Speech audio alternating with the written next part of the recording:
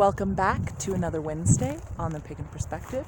I'm your Wednesday host, Jekka, and this week we're talking about a topic that's a little tricky for me, which is, hey, come on, will you hold my hand, please?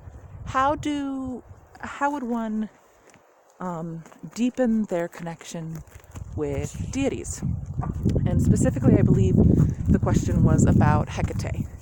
Now, the reason it's difficult for me is that I'm a non-theist. I don't use gods in my practice. But I do think that it's important to be able to watch out for the cactuses here. Okay, walk around. You can do it. To be able to relate to people who don't necessarily share one's belief, and to be able to think about something from the other side. So, for instance, I think if you took a debate class, one of the most valuable things that the instructor could do is find out what you are most passionate about and some topic that you believe really, really strongly about. Something intense like abortion or political views or something like that. And then make you debate on the other side. So, with that spirit in mind, I'm going to talk about what I would do if I was a theist, putting myself in those shoes, to try to deepen my connection with a particular deity. Okay, thank you. Oh, I didn't step on it. We have a lot of cactuses. She doesn't want me to step on anything. So the first thing that I would do is I would examine, okay, you want to go this way? What role deity would play in my life? Okay, careful. Follow where I'm stepping. You're not going to step on him. Don't worry. You got your big boots. So there's a couple of different ones ideas that I come up with. And the first I think is going to be a little bit more common from the perspective of somebody who's maybe from an Abrahamic religion where deity serves as an external authority. And I think that that's going to be a little less common in the pagan community, but it's still a possibility. And then the two other ones that I came up with were if you thought about deity as the representation of a particular force in nature. So in the case of Hecate, I think, I didn't look this up before doing this video, but if I remember correctly, she's often associated with death and the decay and renewal.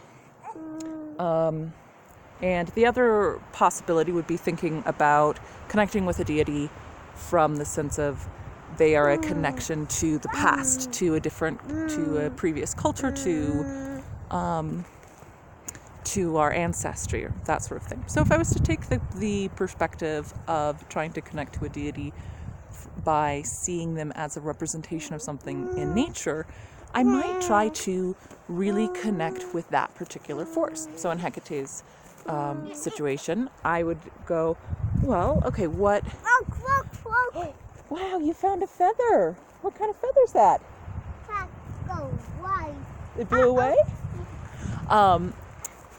That I might associate her with the death and renewal, so I might really get into something like composting, which is what that is, and do it from developing a composting practice.